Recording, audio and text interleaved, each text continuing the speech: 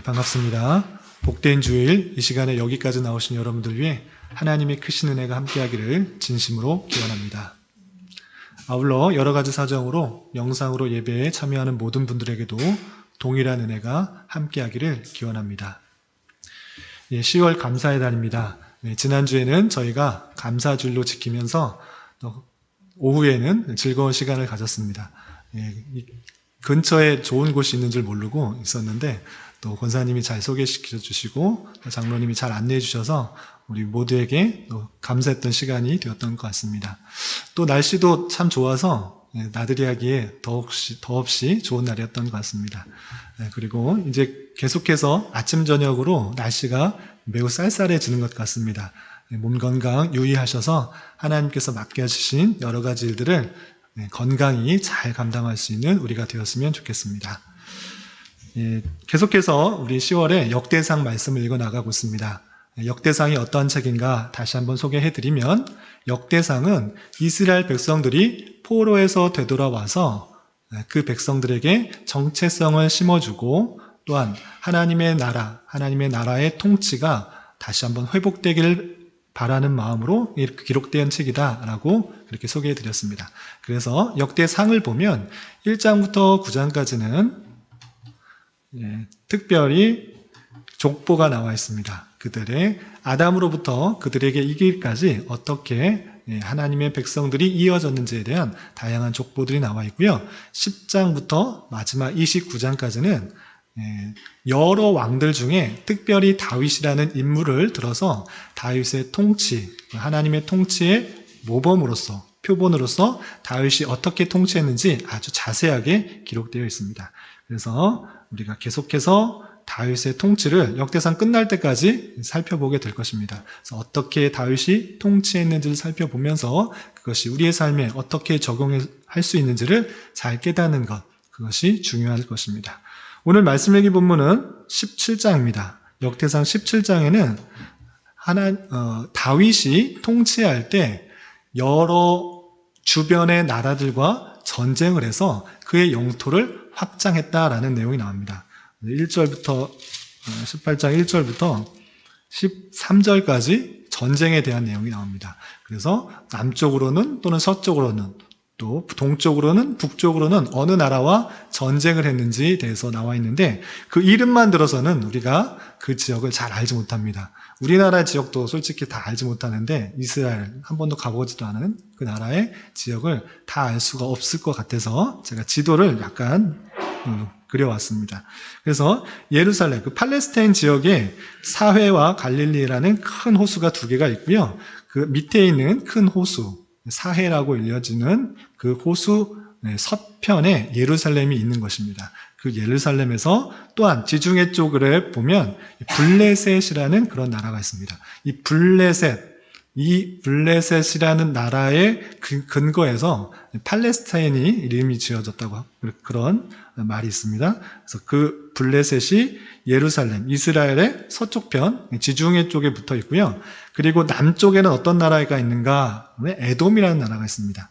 에돔은 야곱과 에서였을 때, 야곱과 에서가 쌍둥이인데 야곱이 이스라엘 민족이 되고 에서는 에돔이 민족이 됩니다. 그 민족이 어디 있는가, 어디에서 살았는가 했을 때는 이스라엘의 남부 쪽에 살았고요.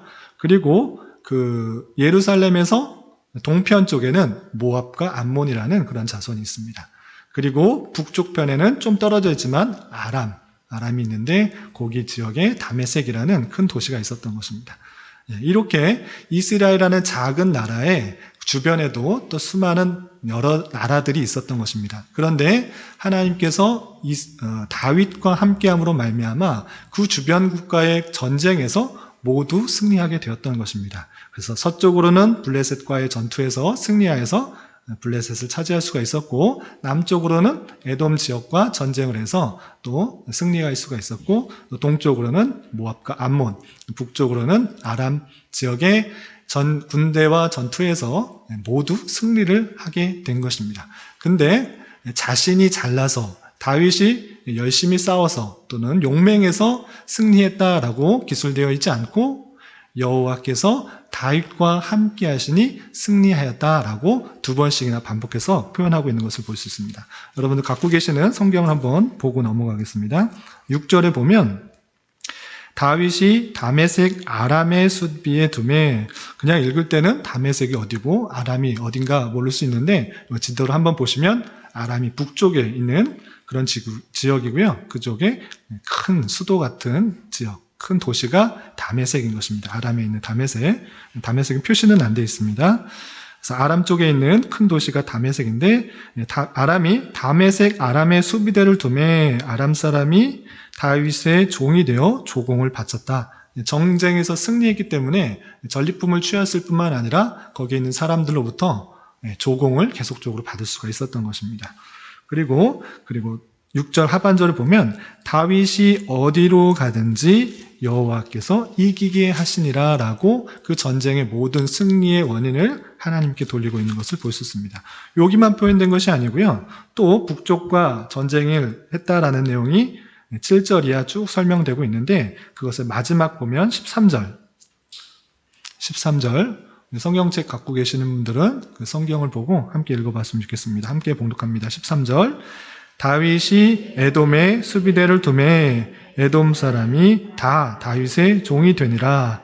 다윗이 어디로 가든지 여호와께서 이기게 하셨더라. 아멘. 똑같이 반복해서 다윗이 어디로 가든지 여호와께서 이기게 하셨다라고 하면서 그 전쟁의 승리가 단순히 다윗이 용맹에서 뛰어나서라고 보다는 다윗이 여호와 하나님과 함께 하심으로 말미암아 여호와께서 이기게 하셨다라고 표현하고 있는 것입니다. 그리고 여기 13절 보면 에돔이라는 지역이 나오는데 에돔은 예루살렘에서 남쪽 지방에 있는 그런 지역으로 이해하시면 될 것입니다.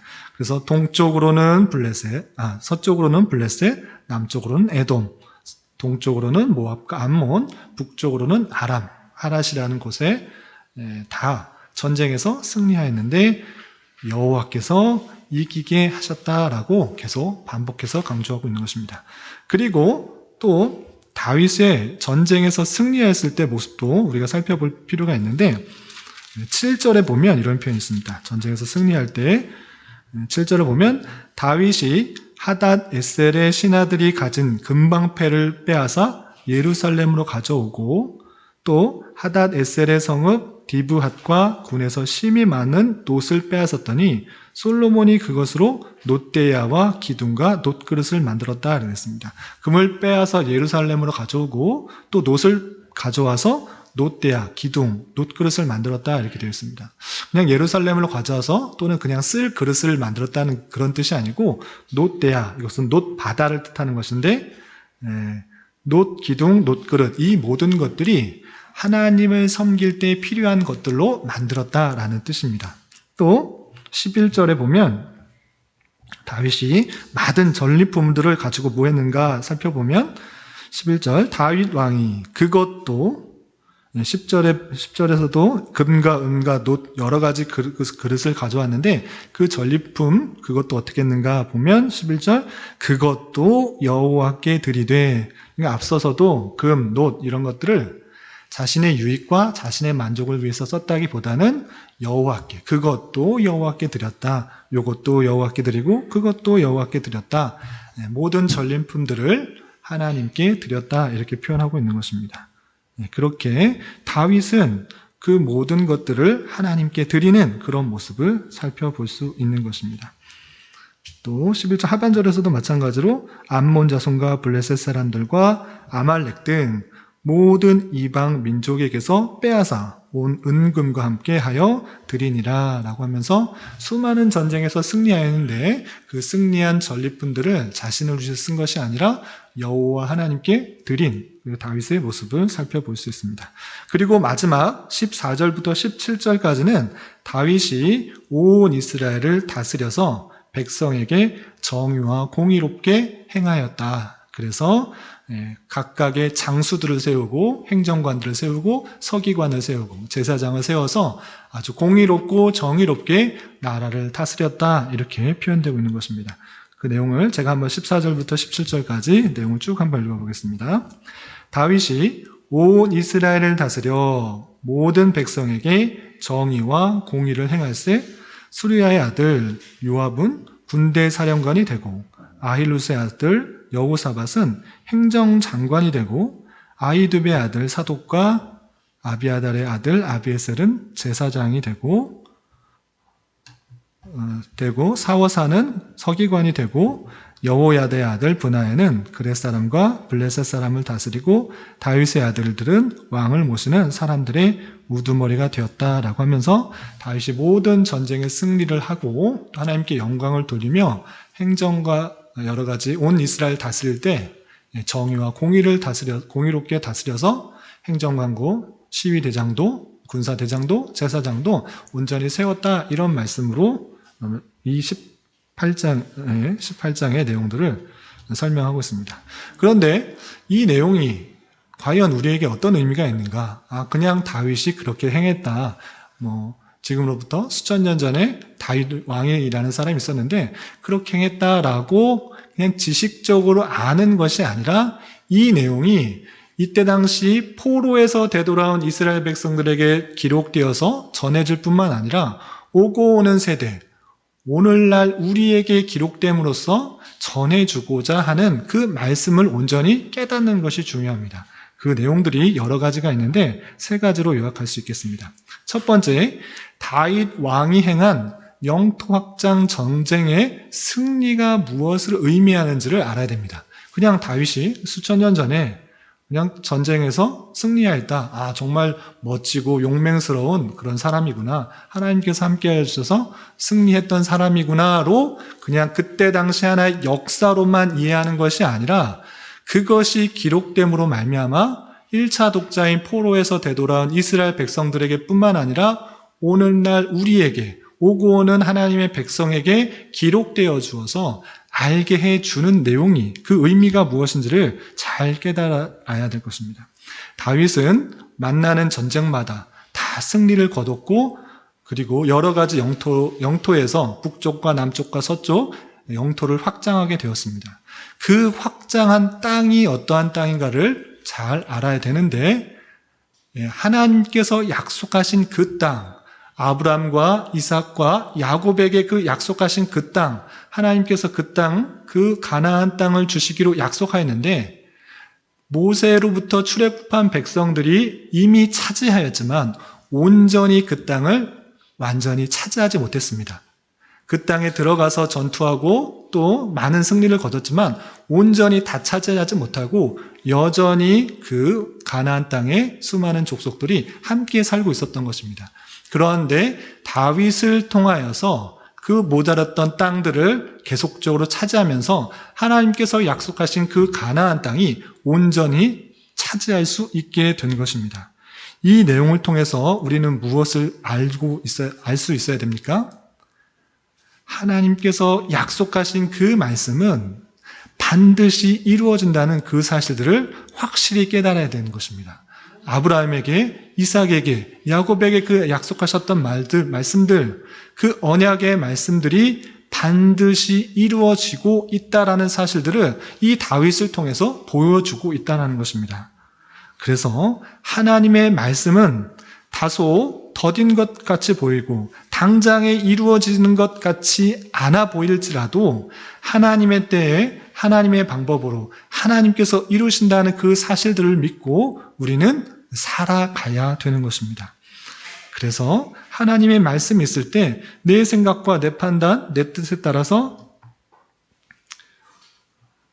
내 뜻에 의해서 가둬놓는 것이 아니라 하나님의 가장 적절한 때 하나님께서 이루신다는 믿음을 가지고 하루하루 살아가야 될 것이고, 또 한 가지 생각해야 될 것은 다윗이 승리한 그 싸움은 교회가 이 세상을 승리한다라는 그 사실들을 보여주고 있다는 사실들을 잊지 말아야 될 것입니다.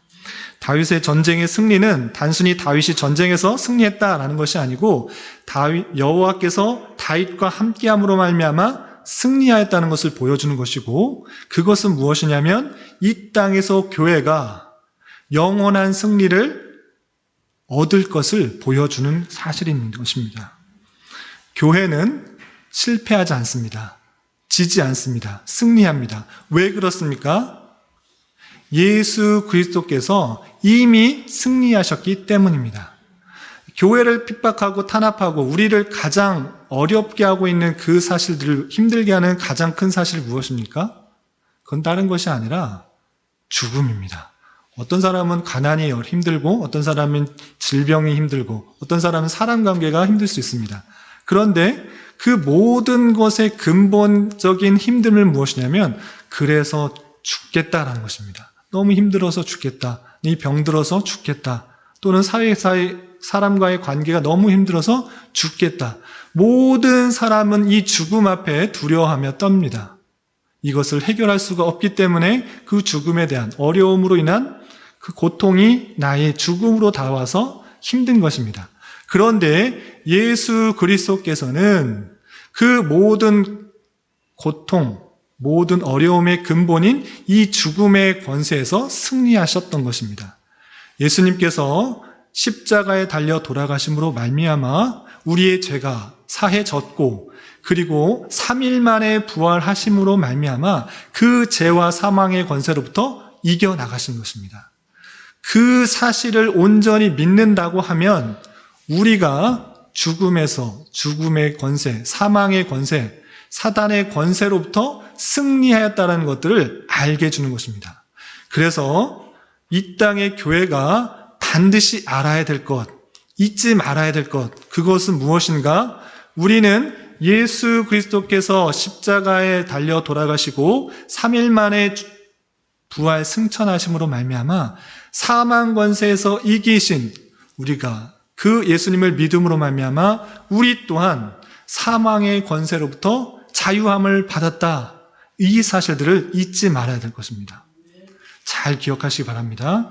여러분들을 공격하는 어떠한 것도, 어떤 어려움도, 어떤 힘듦도, 어떤 사망의 고통 같은 그런 힘듦도 우리를 억누를 수 없다라는 사실들을 잊지 말아야 될 것입니다. 교회는 이미 승리하였습니다. 예수님을 믿는 그 믿음으로 말미암아 우리는 승리한 싸움 가운데 있다라는 사실들을 잊지 말아야 될 것입니다. 그래서 여러분들은 이 땅의 삶이 끝이 아니라는 그 사실들을 알고 이제 죽더라도 주님께서 우리에게 예비하신 천국이 있다는 사실들로 담대하게 살아가야 되는 것입니다.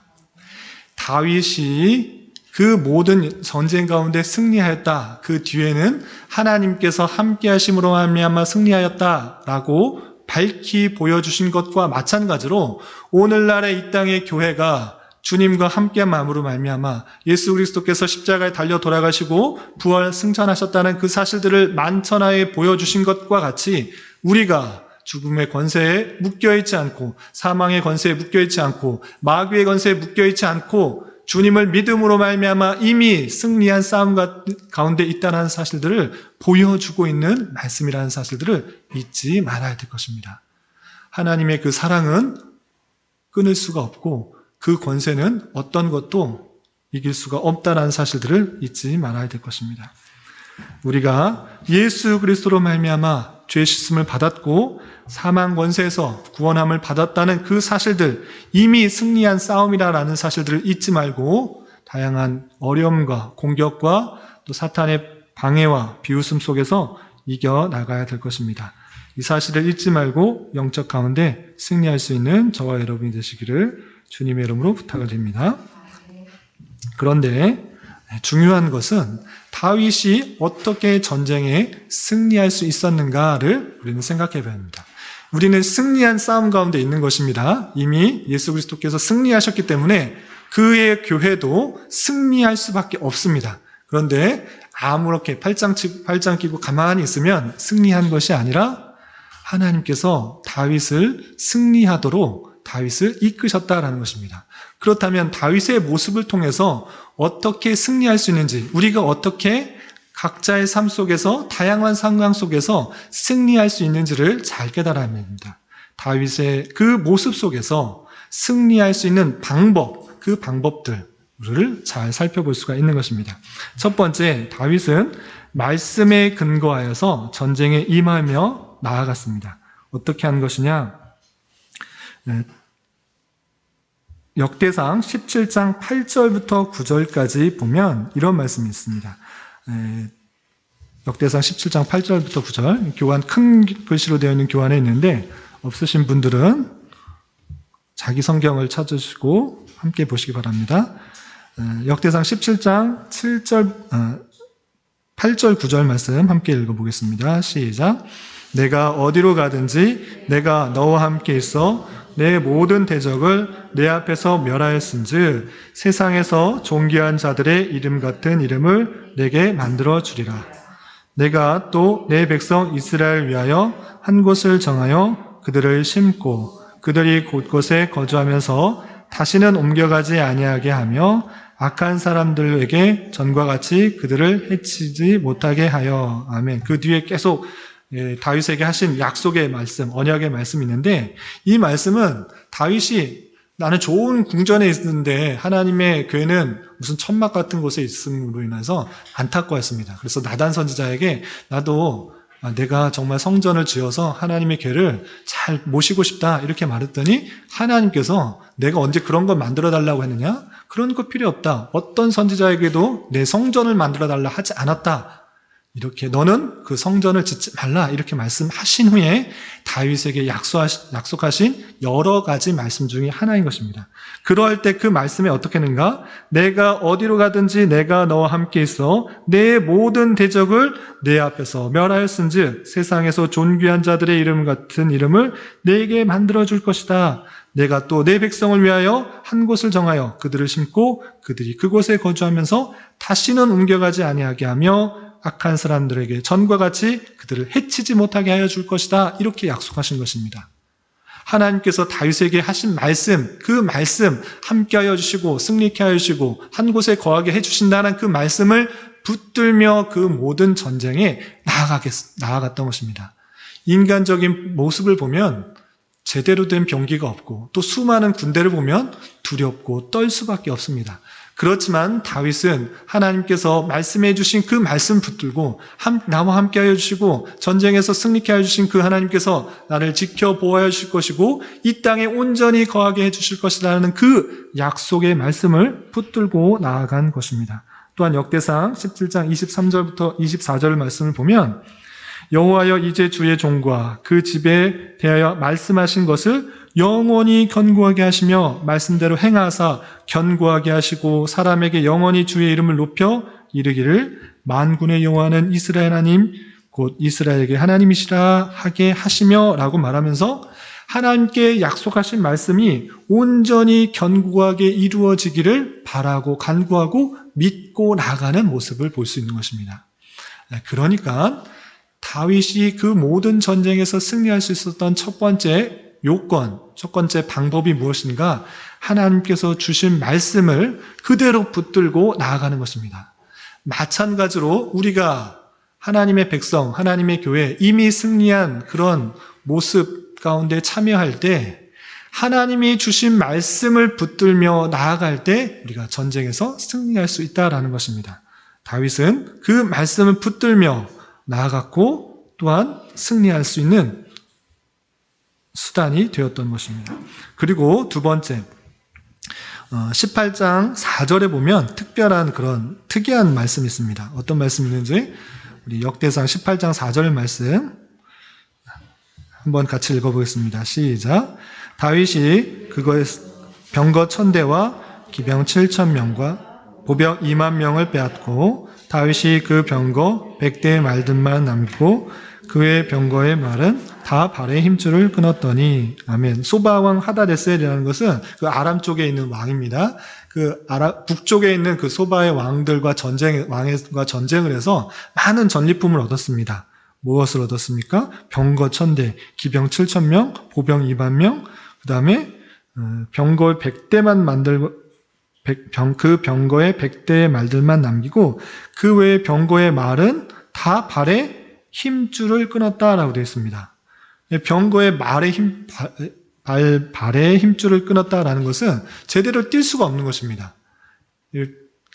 말의 발 힘줄을 끊으면 제대로 뛸 수가 없고 힘을 낼 수가 없는 것입니다. 그런데 100대만 남기고 나머지 것들은 다 발의 힘줄을 끊었다라고 표현되어 있습니다. 이것이 뜻하는 것이 무엇입니까? 다윗은 눈에 보이는 요건들을 의지하는 것이 아니라 오직 하나님의 말씀, 하나님을 의지하고 있는 것을 볼 수 있습니다. 말의 힘줄을 끊는 것은 자신이 병거, 자신의 무기에 전쟁에 승패를 두고 있지 않다는 것을 뜻하는 것입니다. 당연히 용사라면, 군사라면, 왕이라면 수많은 말들, 병거들 해놓고 전쟁에 참여하는 것, 그것이 승리의 조건이라 생각하지만 다윗은 그렇게 생각한 것이 아닙니다. 말의 힘줄을 다 끊어놓고 나는 말을 의지하는 것이 아니다. 하나님을 의지하는 것이 마땅하다라고 표현한 것입니다. 이것은 왕의 마땅한 자세였던 것입니다.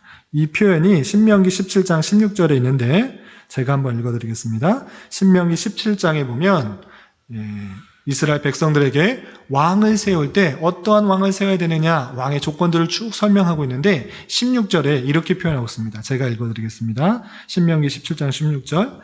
그는 병마를 많이 두지 말 것이요 병마를 많이 얻으려고 그 백성을 애굽으로 돌아가게 하지 말 것이니 이는 여호와께서 너희에게 이르시기를 너희가 이후에는 그 길로 다시 돌아가지 말 것이라 하였음이며 라고 설명되고 있습니다.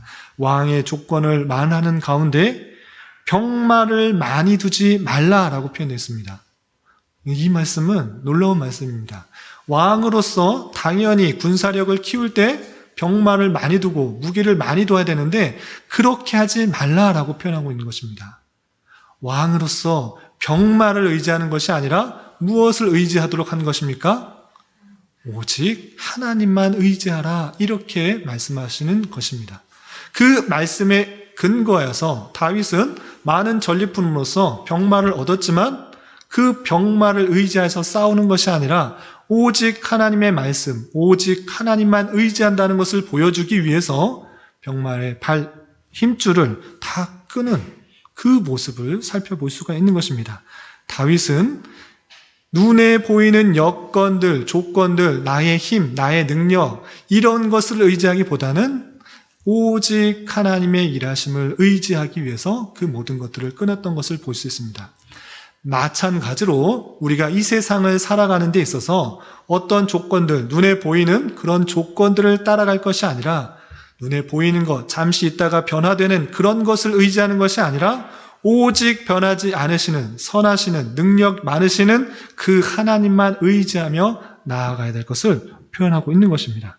다윗은 오직 하나님만 의지하기 위해서 그 병마를 발 힘줄을 끊는 모습을 볼 수가 있는 것입니다. 또 한 가지, 아까도 읽었듯이 그가 가져온 은, 금, 놋 등 많은 전리품을 하나님께 드리는 모습을 볼 수 있습니다. 이것을 통해서 무엇을 생각할 수 있습니까? 그 전쟁의 승리가 내 힘과 내 능력이 아니라 하나님께로부터 왔다라는 그 사실들을 깨달을 수가 있는 것입니다.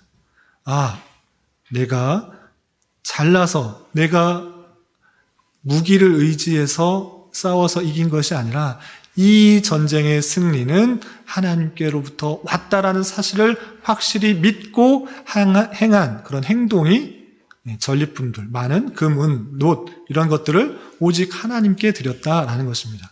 그런 표현은 하나님께로부터 왔다라는 그런 표현들을 하기 위해서 여호와께 드린 그런 모습을 볼 수 있습니다. 그 모습을 통해서 하나님께만 영광을 돌리는 다윗의 삶의 모습을 볼 수 있는데 그 말의 뜻은 무엇입니까?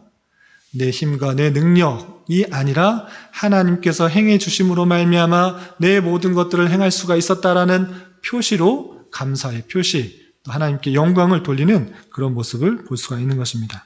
그런 것을 통해서 오직 말씀에 근거하고 하나님만 의지하고 하나님께서 역사해 주실 것을 믿음으로 말미암아 이렇게 승리할 수가 있었던 것입니다.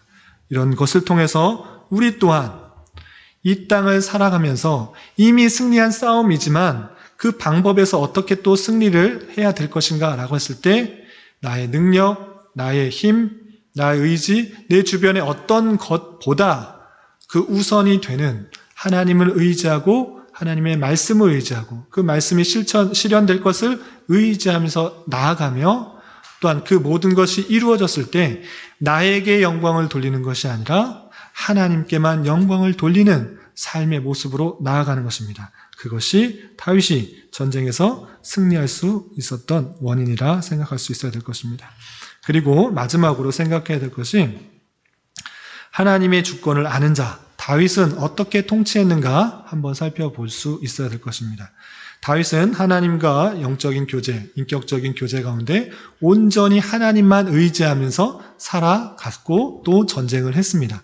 그러한데 그 표현에 있어서 우리가 살펴본 것과 같이 14절에 어떻게 행했는가라고 했을 때 다윗이 온 이스라엘을 다스려 모든 백성에게 정의와 공의를 행할세라고 표현하고 있습니다. 그냥 넘어갈 수 있습니다. 다윗은 전쟁도 잘했고 승리했고 하나님께 감사도 했고 또 온 나라를 다스렸는데 정의롭고 공의롭게 행했다라고 넘어갈 수 있는데 이 말씀에서 중요한 삶의 원리를 잘 깨달을 수가 있는 것입니다. 그것은 무엇이냐면 하나님과의 관계, 하나님과의 인격적인 관계, 하나님을 신뢰하는 관계가 그 처해진 삶의 위치에서 온전히 드러나야 된다는 것입니다. 쉬운 말로 이러한 사람들이 우리나라에 많이 있는 것 같습니다. 어떤 사람이냐? 교회에 와서는 신앙생활 열심히 하고 여러 가지 봉사도 하고 기도도 하고 헌신도 하고 교사도 하고 찬양대도 하고 열심히 일하는데 각자의 처해진 자리에서는 너무 제멋대로 자기 마음대로 삼는 것입니다. 제가 제 아내한테 들은 얘기인데 결혼하기 전에 회사에 다닐 때 한 회사에 상급자가 있었답니다. 근데 그 상급자가 잘 대해준 것이 아니라 너무 행동하는 게 회사의 사람들이 다 욕을 하는 사람이었는데 그 사람이 교회 직분이 장로였다고 합니다. 그래서 그 어느 교회 섬기는 데 있어서는 장로의 역할들을 잘 감당하는지 모르지만 실제 삶에 있어서 회사에 있어서 생활하는데 장로라고 몰랐으면 모르겠는데 장로라는 사람, 장로라는 직분들을 다 아는데 정말 올바르지 살게 못하고 모든 사람이 다 욕을 하면서 장로가 뭐 이렇게 행동도 안 하고 잘 살지 못하고 모두 이렇게 욕했다고 했던 말을 제가 들어봤습니다. 장로님 계신데 장로님을 그러신 건 아니고요.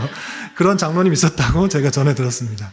그런 것과 같이 교회 안에서 권사로서 장로로서 집사로서 목사로서 행동하는 것들은 참 거룩하고 사랑스럽고 봉사도 잘하고 잘 있는 것도 같이 보이는데 실제 교회당 밖을 나와서 삶을 살아볼 때는 자기 멋대로 자기 욕심을 채우고 자기 이익만을 행하는 모습이 너무나 많은 것이 현재 우리나라의 교회의 모습은 아닌가 조심스럽게 진단하는 것입니다.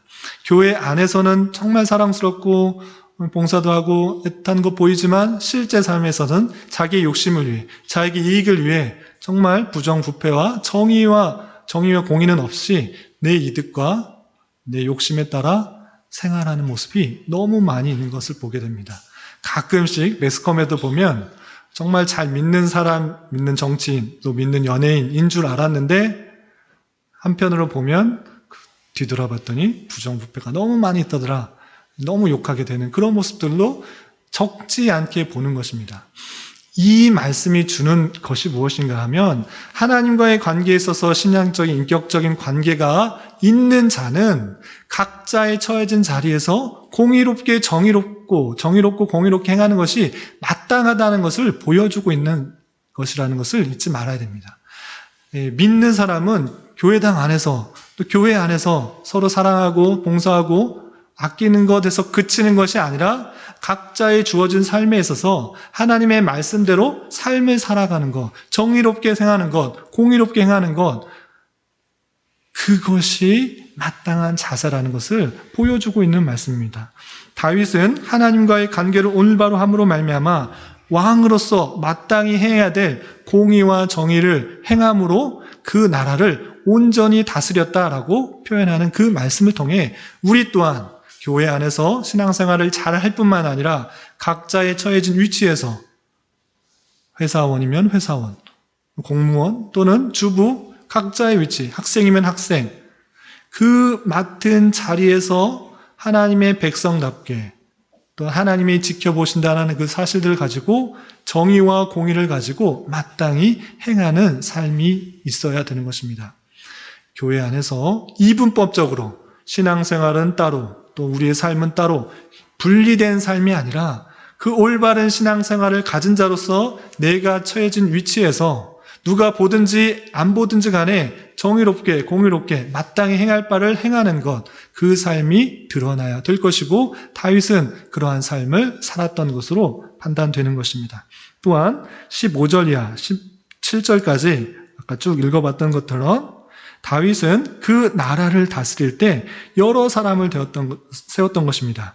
수르야의 아들 요압에게 군대 사령관을 세우고 또한 여호사밧에게 행정관을 되도록 세우고 또 사독과 아비아달 아들 아비멜렉에게 제사장으로 세우고 또 사워사에게 서기관이 될 수 있도록 세우고 이렇게 다양한 사람을 세워서 그 나라를 온전히 다스려가는 모습을 보여주고 있는 것입니다. 이러한 것처럼 다윗이 아무리 뛰어난 자일지라도 하나님과 인격적인 교제, 또 말씀을 붙들고 또 전쟁을 잘 해서 승리할 수 있는 뛰어난 사람일지라도 온 나라를 다스려가는 데 있어서 혼자만의 힘으로 할 수 없다는 것들을 보여준 것입니다. 다윗은 일의 체계에 따라 필요한 사람을 세우고 행정 조직을 체계화해서 그 이스라엘 나라를 다스렸던 것을 볼 수가 있는 것입니다. 마찬가지로 뛰어난 소수, 다윗과 같은 또한 모세와 같은 또 신약의 바울과 같은 또 12제자와 같은 뛰어난 사람이 있지만 그와 함께 도와서 함께 일들을 감당함으로 교회의 일들이 하나님의 사역의 일들이 온전케 될 수 있다는 사실들을 잊지 말아야 될 것입니다. 하나님의 주권을 아는 자로서 다윗은 자신이 온전히 다 할 수 있는 것이 아니라 이를 분배하고 또한 체계를 만들어서 온 나라를 다스려 나갔던 것을 볼 수 있습니다. 마찬가지로 오늘날에 있어서 교회에 있어서 목사가 아무리 뛰어나도 장로가 아무리 뛰어나도 또 어떤 권사가 아무리 뛰어나도 그 혼자의 힘으로 교회가 굴러가는 것이 아닙니다. 교회는 서로 크고 작은 역할들을 감당함으로 서로 다른 부분, 못한 부분, 부족한 부분들을 채워나가면서 하나님께서 거하실 만한 처소로서 교회가 세워지는 것입니다. 고린도전서 12장에는 교회를 어떻게 표현하느냐? 주님의 몸으로서 표현하고 있습니다. 에베소서는 성전으로 표현하고 고린도전서에서는 몸으로서 표현하고 있습니다. 몸이 무엇입니까? 사람의 몸은 여러 가지 지체가 달려있는 것입니다. 모양도 다르고 하는 일도 다르고 작은 부분일지라도 그 부분이 하나 없는 것으로 인하여서 이 몸이 온전치 못하다는 사실들을 잊지 말아야 될 것입니다. 여러분들도 한 사람 한 사람 주님의 몸이라는 것들을 기억하면서 나 하나쯤이야 이렇게 생각하는 것이 아니라 내가 한 부분에 있어서 어떤 것을 담당하고 어떤 것을 감당할 수 있는지를 생각해 보면서 그 부분을 온전히 감당함으로 주님의 몸된 교회가 온전히 일들을 행할 수가 있고 나아갈 수 있다는 사실들을 잊지 말아야 될 것입니다. 교회에 포함된 여기 지금 처음 오신 분도 있고 또 여기 오래 계신 분도 있지만 교회의 객으로 있는 것이 아니라 교회의 주인으로서 내가 어떠한 부분에 참가하고 섬기고 나아가는 것을 통해서 교회가 온전하게 이루어질 수 있다는 사실들을 잊지 말고 그냥 요즘은 가나안 교회가 교인이 많다고 그래요. 가나안 교인, 안나가 교인이라고 하는데 그냥 내 편의를 위해서 그냥 영상으로 예배드리고 영상으로 헌금 찬송하고 또 온라인으로 헌금하고 편한 대로만 그냥 내 유익을 위해서 신앙생활하는 사람이 많아지고 있다고 있습니다. 그런데 그런 것은 온전한 교회의 모습은 아닙니다. 우리 자신이 온전히 교회, 주님의 몸이라는 사실들을 가지고 한 부분들을 책임지고 섬김으로 말미암아 주님의 교회가 온전히 서여질 수 있다는 사실을 알고 교회의 객으로 있는 것이 아니라 주인으로서 어떤 한 부분을 잘 감당함으로 주님의 몸된 교회를 잘 이루어 나가야 될 것입니다. 말씀을 정리하겠습니다. 나를 향한 하나님의 뜻과 계획이 있습니다. 그것을 잘 깨닫고 우리는 나아가야 될 것입니다. 또한 교회가 이미 승리한 싸움 가운데 있다는 사실들을 잊지 말고 어디에 있든지 간에 무슨 일을 하든지 간에 담대하게 살아가야 될 것입니다. 또한 우리에게 맡겨진 일들을 믿는 자답게 정의와 공의로서 온전히 행할 수가 있어야 될 것이고 이러한 삶을 통해서 온전히 하나님께서 원하시는 삶으로 하나님께 영광 돌리는 삶을 살아가야 될 것입니다. 이런 은혜가 저와 여러분들 가운데 함께하기를 진심으로 기원합니다. 기도하겠습니다. 하나님 아버지 감사합니다. 오늘 말씀을 통해서 하나님께서 다윗과 함께 하심으로 말미암아 전쟁에서 승리하게 된 것을 살펴보았습니다. 우리 또한 예수 그리스도로 말미암아 이미 승리한 싸움 가운데 있다는 사실들을 잊지 않게 하여 주시고 우리에게 주어진 삶을 잘 감당할 수 있도록 인도하여 주시옵소서. 예수님의 이름으로 기도드리옵나이다. 아멘.